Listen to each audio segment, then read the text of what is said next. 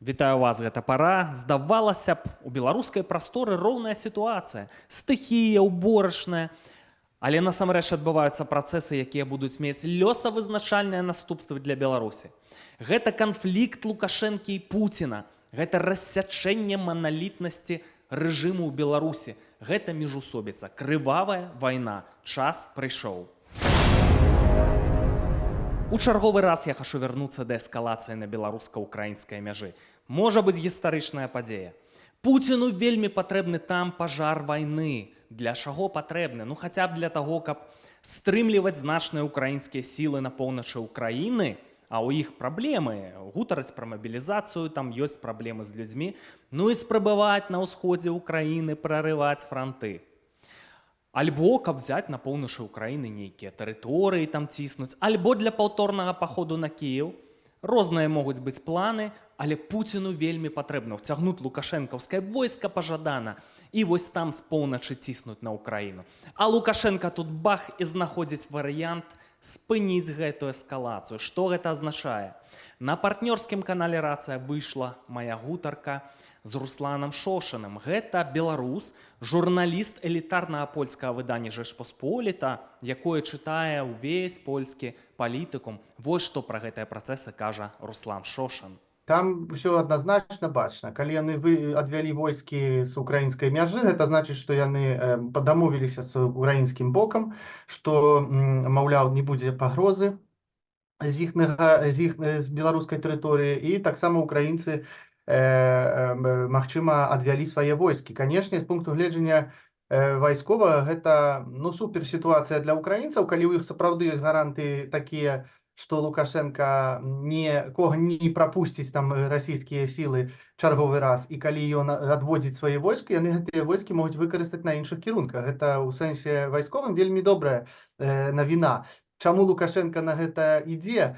Таму што я думаю, што тут справа ўсё ідзе да таго, што ўсё ж такі вайна Украіны, расійская агрэсія, яна скончыцца хутчэй за ўсё нейкімі перамовамі. І Лукашенка ў гэтай сітуацыі разумее наступную сітуацыю, што вось затрымаецца вайна, санкцыі ніхто не здыміць.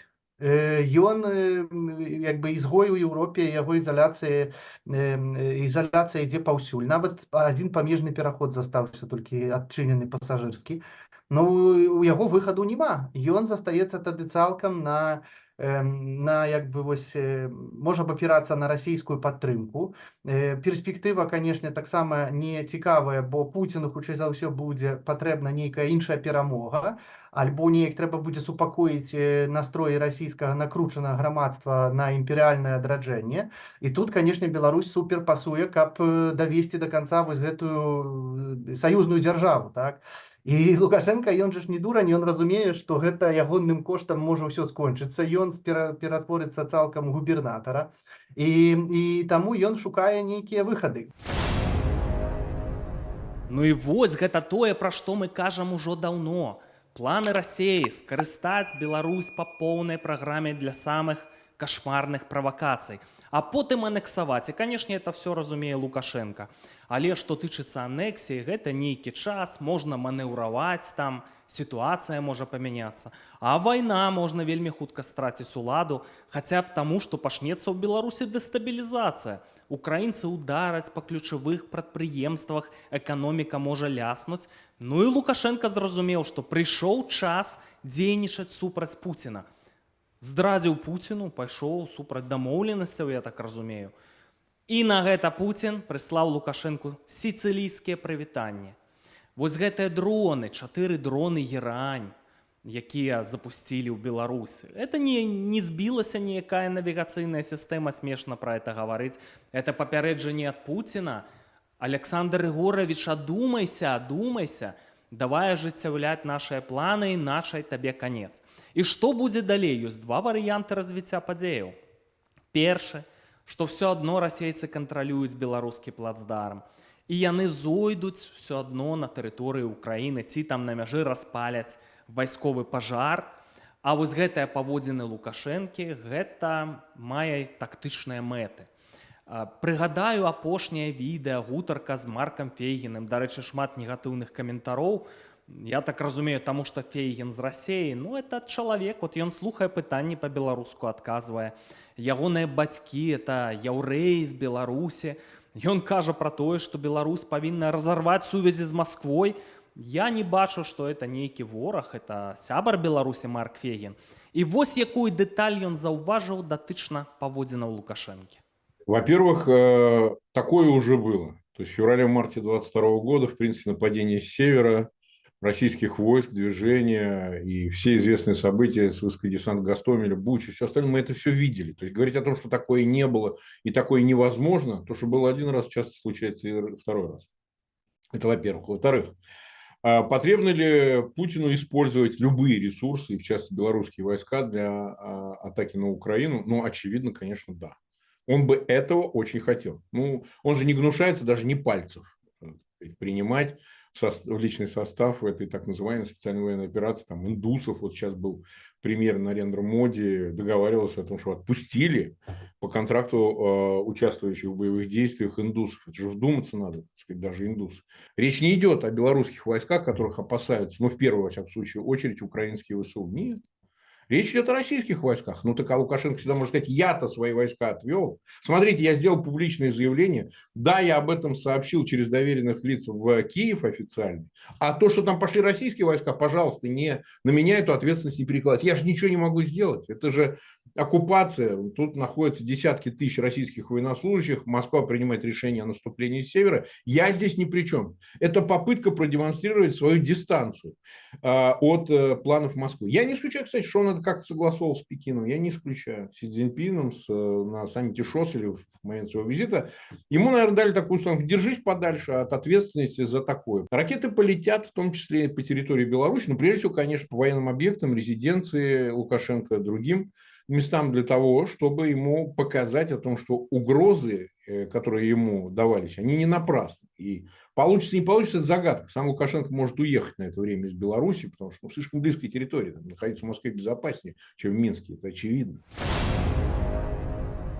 Ну, вы зразумелі, што падпёрты з усіх бакоў Лукашенка штосьці спрабуе тактычна хітраваць, але ў выніку нічога не зможа зрабіць, бо плацдарм беларускі кантралююць расейцы, ну і здымае з сябе адказнасць, гэта не я, гэта Пуцін.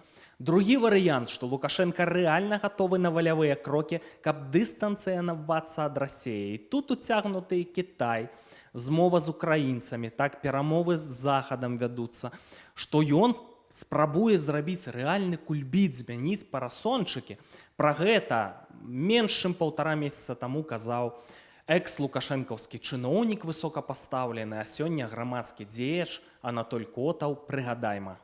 Цывілізацыйна нас, на жаль, запіхваюць у расійскае гета. Той самы мур на беларуска-польскай мяжы, гэта, трэба разумець, што гэта пакуль што новая мяжа. Ёсць некалькі фактараў, якія гэтую сітуацыю могуць змяніць. Украіна трошкі можа паўплываць, як гэта не дзіўна, Лукашенка, але толькі ў адным выпадку, калі ён пачне сепаратныя пераговоры з Украінай, каб выкараскацца з-пад уплыву маскоўскіх, паабяцаўшы нейкую сапраўдны нейтралітэт беларускі, але трэба будзе змяніць яшчэ гэты парасончык усходні на украінска-заходні. І гэта вельмі цяжкая задача, але пры пэўных умовах выканальныя для Лукашэнкі таксама ён здольны зрабіць і не такі кульбіт. Ну і бачыце, не прайшло і 1,5 месяца, а кульбіты ўжо пачаліся. Я перакананы, што Пуцін проста ў шаленстве. Чытаючы вось гэтыя Z-каналы ў тэлеграмах, шавіністычныя, пішуць, што беларусаў не існуе як нацыі, Беларусь трэба все заваёўваць канчаткова, Лукашэнку знішчыць і гэтак далей. А я думаю, што рыторыка кулуарная у рэжыме Пуціна там яшчэ горшая. Уяўляю сабе, як Пуцін з Мядзведзевым абмяркоўваюць Лукашэнку. Яны разумелі, што ён можа сябе так павесці. Безумоўна, разумелі, але, напэўна, не чакалі, што Лукашенка ўцягне Сі ў сваю гісторыю. Праўда, кажуць, у Тагусі здарыўся інсульт. Я са свечкай не стаяў, не ведаю, перадаюць інфармацыю, не бывае дыму без агня. Але тым не менш, Кітай, ну это важкі фактар. Але я сумняваюся, што это будзе жалезны стрымліваючы фактар для расейцаў, бо як яны насамрэч ставяцца да кітайцаў? Ну, на словах партнёры, там вельмі паважліва, а на справе, думаю, называюць кітайцаў кепскім словам. Яны разумеюць, што кітайцы вядуць такую прагматычную палітыку, экспансійную ў Расіі, хочуць дарвацца да танных энергарэсурсаў, пракласці трубу і за бясцэнак гэтыя энергарэсурсы з Расіі выкашаць. А расейцы не хочуць быць васаламі Кітая. У іх вельмі сур'ёзныя амбіцыі, шматпалярны свет, яны бачаць сябе стейкхолдарам геапалітыкі. Таму я не думаю, што фактар Сі стане тут нейкім вырашальным. Ну і што, якая сітуацыя? Я перакананы, што сваім пракрамлёўскім генералам у Беларусі Пуцін ужо даў загад на знішчэнне Лукашэнкі. Такія аперацыі могуць пачацца ўжо найбліжэйшым часам. А як інакш, дарэчы, што тычыцца ліквідацыі Лукашэнкі, ну это сакрэт Пулішынеля, што такія планы ў Крамля былі. Вось дарацца Зеленскага Падаляк таксама перакананы, што дайграюць партыю 2020 года расейцы, будуць адпаведныя крокі зробленыя. Ну і Марк Фейгін у інтэрв'ю таксама звярнуў увагу на гэтыя планы ліквідацыі Лукашэнкі. Путин наверняка имел планы устранения Лукашенко. Этому помешала украинская война. Очень простой лакмус. Вспомните, как это был визит Помпео, главы прошлого Госдепа в январе 2020 года, когда Лукашенко, как говорят, в разговорах с ним, но это все записывалось, это, естественно, осталось все и в американских спецслужбах, и в Госдепе, рассказывал впрямую о том, что есть планы, и он, помните, арестовывал с разной периодичностью пророссийских всяких силовиков внутри Беларуси и так далее, его устранение и так далее. Я думаю, а помните историю с послом, которого он выставил достаточно доверенного С Бабичем, лица? так? Да. Российский. Так что, безусловно, Лукашенко в курсе этих планов его ликвидации при определенных обстоятельствах. Конечно. Равно как и Москва, она выжидает момент. Надо сначала решить вопрос с Украиной, а потом вплотную заняться Беларуси. Лукашенко, с одной стороны, конечно, попал в очень тяжелую ситуацию в условиях войны, потому что территория Беларуси используется, эксплуатируется Москвой для продолжающейся войны, а с другой стороны, как бы это отсрочило его отстранение от власти. Отсрочило. Поэтому Путин ждет момента для того, чтобы устранить Лукашенко. Тут иллюзий питать не стоит. И Лукашенко это знает. Говорить о том, что он не понимает и верит Путину, это не так. Иначе бы не было вот этих всех телодвижений в сторону, Китая, попыток, даже иногда, при покойном еще министре иностранных дел договориться с Европой, уже когда полыхала война. Это говорит о том, что, да, Лукашенко оставляет для себя шанс сохранить свою власть после окончания войны и возможного исчезновения Путина. Ну і я думаю, што пракрамлёўскія генералы ў Беларусі атрымалі загад ад Пуціна на адхіленне Лукашэнкі ці на ліквідацыю Лукашэнкі. Таму умовы для міжусобіцы ў Беларусі ўнутры рэжыма яны склаліся. Рэжым будзе штарміць, але што мы маем на карце баявых дзеянняў? Ну, скажу вам шчыра, Лукашенко мяне здзівіў. Я думаў, што ён не мае такой прасторы для манёўраў, бо што адбывалася 6 месяц таму? Што сабе дазвалялі Карпянкову, Вальфовіч? Яны ж публічна прыніжалі Лукашенко. Я думаў, што Лукашенко ўжо все, амба. Таму, што гаварыць, значыцца, там нейкія змены ў заканадаўстве публічна ў прысутнасці Лукашэнкі. Пра тое, што будзе вымярацца ступень даверу да прэзідэнта, нейкія нарматыўныя акты, но это неімаверная рэч для Беларусі. Уявіце сабе такое колькі год таму. Альбо што падрыхтоўка новых маладых палітыкаў у прарасейскіх партыях, у адкрытую, у медыях пра гэта казалі.